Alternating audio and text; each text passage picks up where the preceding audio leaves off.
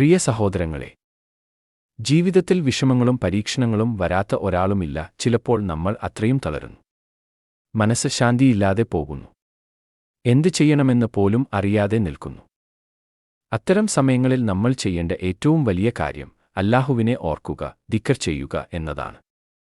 ഇന്ന് ഞാൻ നിങ്ങളോട് പങ്കുവയ്ക്കാൻ പോകുന്നത് വിഷമം വരുമ്പോൾ പതിവാക്കേണ്ട ചില ശക്തമായ ദിക്റുകളാണ്. ഒരു യൂനുസ് നബി അലൈഹിസ്സലാം ദുആ. ഒരു വലിയ മത്സ്യത്തിന്റെ വയറ്റിൽ ഇരുട്ടിനുള്ളിൽ കുടുങ്ങിയപ്പോൾ യൂനുസ് നബി അലൈഹിസ്സലാം പറഞ്ഞ ദുആ, ലാ ഇലാഹ ഇല്ലാ അന്ത സുബ്ഹാനക ഇന്നി കുന്തു മിനൽ ദ്വാലിമീൻ. ഈ ചെറിയ ദുആ വലിയ ശക്തിയാണ്. ഇത് പറയുമ്പോൾ നമ്മുടെ ഹൃദയം അല്ലാഹുവിലേക്ക് തിരിയുന്നു. പ്രശ്നങ്ങൾ എത്ര വലിയതായാലും അല്ലാഹു അതിനേക്കാൾ വലിയവനാണ്. 2 ഹസ്ബിയല്ലാഹു ദിക്ർ. ഹസ്ബിയല്ലാഹു ലാ ഇലാഹ ഇല്ലാ ഹുവ. ഇത് പറയുമ്പോൾ നമ്മൾ പറയുന്നത്, എനിക്ക് അല്ലാഹു മതി. ആരും സഹായിക്കാത്ത സമയത്ത്, ആരും മനസ്സിലാക്കാത്ത സമയത്ത് അല്ലാഹു മാത്രം മതി എന്ന് വിശ്വസിക്കുക. 3 ഇസ്തിഗ്ഫാർ അസ്തഗ്ഫിറുല്ലാഹ്. പ്രിയരെ, നമ്മുടെ പ്രശ്നങ്ങൾ പലപ്പോഴും നമ്മുടെ പിഴവുകൾ കൊണ്ടാവാം. അസ്തഗ്ഫിറുല്ലാഹി.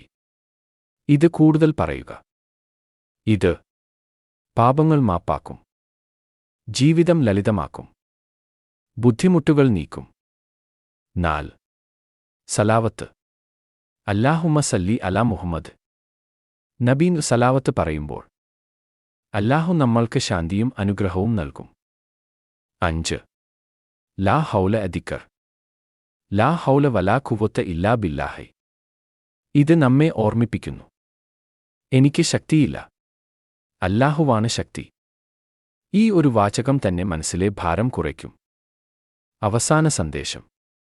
പ്രിയ സഹോദരങ്ങളെ, വിഷമം വന്നാൽ ഒറ്റയ്ക്ക് ഇരിക്കേണ്ട. ദിക്ർ ചെയ്യൂ.